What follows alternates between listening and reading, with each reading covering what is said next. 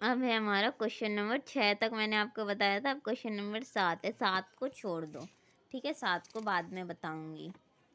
ये भी 5 नंबर का है, ये भी मुझे भी समझ नहीं आया इसलिए मैं आपको नहीं बता रही हूँ, ठीक है। फिर अगला क्वेश्चन हम आते हैं 8वां क्वेश्चन। 8वां क्वेश्चन में क्या है, निम्नलिखित संस्कृत गद्यांशों में से किसी एक का संदर्भ हिंदी में अनुवाद कीजिए। मतलब ये संस्कृत में लिखा है, इसका हिंदी में अनुवाद कर संदर्भ सहित। ये देखिए इस क्वेश्चन में अगर बोले जाए कि जो है संदर्भ सहित, मतलब इसका संदर्भ भी लिखना है, वो भी मैं आपको लिखना बताऊंगी, ठीक है। तो आ जाते हैं इसके आंसर पर। पहले लिखेंगे प्रश्न संख्या 8वें का। देखिए इसमें शायद 2 दे रखा है।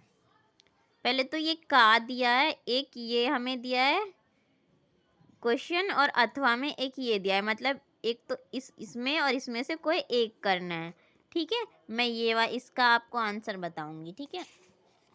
और अगला इसमें खा भी दिया है, 8वें क्वेश्चन का खा। इसमें भी क्या बोला है, किसी संस्कृत श्लोक में से किसी एक का संदर्भ सहित हिंदी में अनुवाद, मतलब इसका भी हिंदी में अनुवाद करना है, ठीक है। इसमें भी 2 दिया, इनमें से कोई एक करना है हमें, ठीक है। तो मैं अभी ये वाला आपको बता रही हूँ, ठीक है। ये वाला इजी मुझे लगा है तो ये वाला मैं आपको बता रही हूँ। तो हमें क्या करना है, जैसे कि आपको बिल्कुल नहीं आती संस्कृत की हिंदी करनी, तो आपको क्या करना है, ये जो इसमें बिंदी ये सब डाले हैं ना लास्ट में, 2 बिंदी बहुत जगहों पे है, यहाँ पे, यहाँ पे, यहाँ पे, यहाँ पे, है ना, काफ़ी जगह पे। तो आपको क्या करना है, अगर बिल्कुल नहीं आता है तो आपको सीधे सीधे ये सब जब आंसर लिखोगे तो सेम यही उतार देना, बस ये सारी बिंदियाँ मत उतारना, जहाँ जहाँ पे ये 2 डबल वाली बिंदी है ना वो नहीं उतारना, ऐसे ही उतार देना, ठीक है। और आपको थोड़ा बहुत आता है तो आपको कैसे करना है मैं बताती हूँ। पहले मैंने आपको एक चीज़ हाईलाइट की थी कि संदर्भ सहित संदर्भ लिखना है। तो संदर्भ कैसे लिखते हैं, आपने 10वीं क्लास में किया होगा, जिसमें मैंने आपको संदर्भ और प्रसंग लिखना बताया होगा, ठीक है। मैंने इसके आंसर में थोड़ी गलती कर दी है, संदर्भ ऊपर और प्रसंग ऊपर रहता है, फिर उसके बाद इसका अनुवाद रहता है, ठीक है। मैंने इसलिए नंबर डाल दिया है, पहले ये फिर ये फिर ये, ठीक है। मुझसे गलती हो गई पर मैं आपको बताऊँगी इसी तरीके से, ठीक है। फिर संदर्भ कैसे लिखते हैं मैं आपको बताती हूँ। प्रस्तुत गद्यांश, देखिए यहाँ पे क्वेश्चन में हमें दिया रहता है गद्यांश, ठीक है। तो यहाँ पे हमें लिखना है, देखिए इसमें गद्यांश दिया है, और जो हमारा खा वाला क्वेश्चन है ना उसमें देखिए क्या लिखा है, श्लोक दिया है, ठीक है।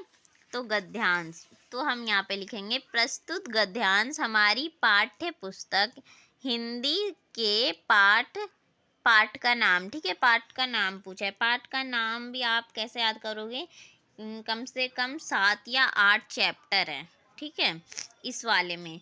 तो आप इतने सारे कैसे याद रखोगे कि ये वाली कहानी किस में थी या वो वाली किस में थी। तो मैंने एक ट्रिक इसमें रखी है, मैंने इसमें लिखा है संस्कृत भाषा, पाठ का नाम मैंने लिखा है।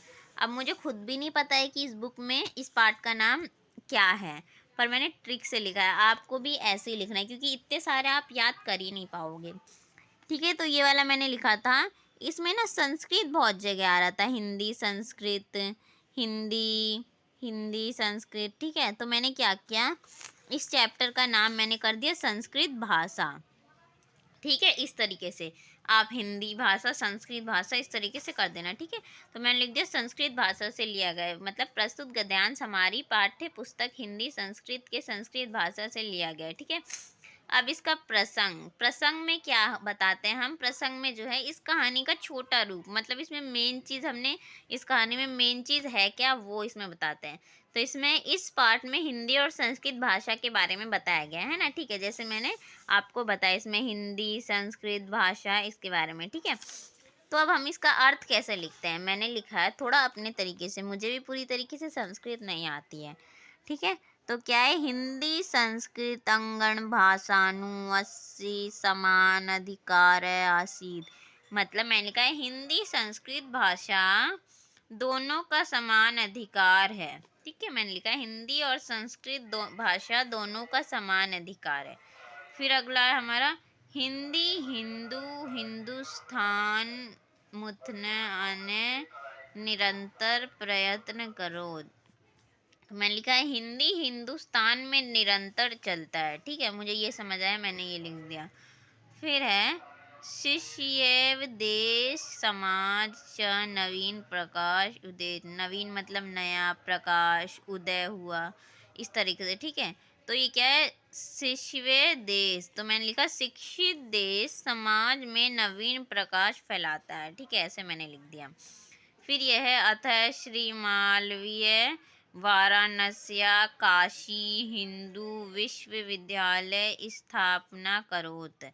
तो इसमें मैंने लिखा है कि अतः श्री मालवीय वाराणसी में काशी हिंदू विश्वविद्यालय संस्था है, ठीक है। फिर अगला है अस्य निर्माणा अयन जनान धनन अचन, मतलब इसी तरीके से है, मुझे पढ़ना भी नहीं आ रहा। फिर मैंने इसका लिखा है कि उसका निर्माण अयन जनन धनन का महत्व ज्ञान प्रभु धन से प्रायच्छत है, तब निर्माता विश्वविद्यालय में भारतीय दीनशीलता श्रीमाली, ठीक है। मतलब इसी तरीके से अगर आपको बिल्कुल नहीं आता है ना, तो इसी को देख देख के यहाँ पे उतार देना है, बस जो मैंने बताया वो नहीं लिखना है, ठीक है। ऐसे सबसे पहले संदर्भ लिखना है, फिर प्रसंग लिखना है, फिर हमें व्याख्या लिखनी है, क्योंकि यहाँ पे देखिए क्वेश्चन में हमें ये टोटल 7 नंबर का है, 2 + 5, 2 मतलब 2 नंबर का ये है, एक नंबर का, 2 नंबर का ये है और 5 नंबर का ये है, तो ठीक है, इसी तरीके से आपको लिखना है।